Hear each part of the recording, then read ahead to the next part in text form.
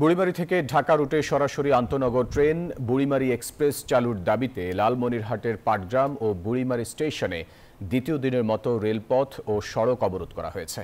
ফলে লালমনিরহাট বুড়িমারি রুটে চলাচলকারী 4 জোড়া যাত্রীবাহী ট্রেন চলাচল বন্ধ রয়েছে। এতে জেলা শহরের সঙ্গে আদিতমারি, কালীগঞ্জ, হাতীবান্ধা ও পাটগ্রাম উপজেলার রেল যোগাযোগ বিচ্ছিন্ন হয়ে দুর্ভোগে পড়েছেন যাত্রীরা। এদিকে সোমবার সকাল থেকে 15 কিলোমিটার জুড়ে লালমনিরহাট বুড়িমারি মহাসড়কের হাতীবান্ধা উপজেলা সদরে শুরু হয়েছে অনির্দিষ্টকালের মহাসড়ক অবরোধ।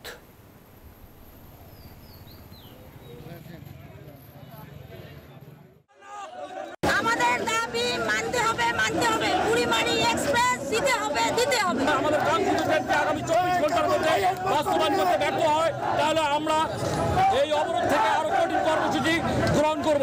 লালমনিরহাট থেকে চলাচল করতেছে, তাই আমরা চাই যেন বুড়িমারি থেকে বুড়িমারি এক্সপ্রেস চালু হয়, এটা আমাদের প্রাণের দাবি। যাত্রীরাই নামে চলে গেছে, রাস্তা ব্যারিকেড ছিল, তার কারণে যাত্রী ছিল না।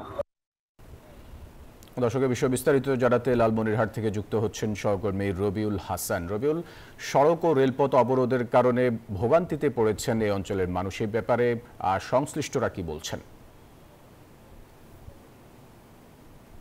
বান্ডেল থাকলে প্রতি সেনমানিতে টাকা বাঁচবে।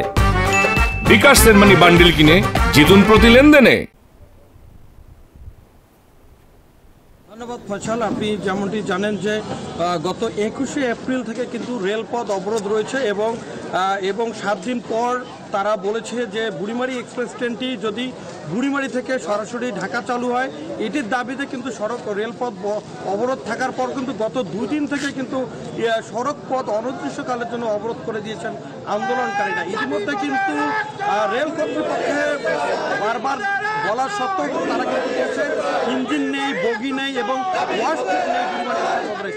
ইতিমধ্যে তারা বিভিন্ন অজুহাতে কিন্তু রেলটি চালু না করায় কিন্তু এ ধরনের আন্দোলন চলছে এবং লালমনিরহাটের হাতীবান্ধা, পাটগ্রাম এবং 4 উপজেলায় কিন্তু এই আন্দোলন চলছে।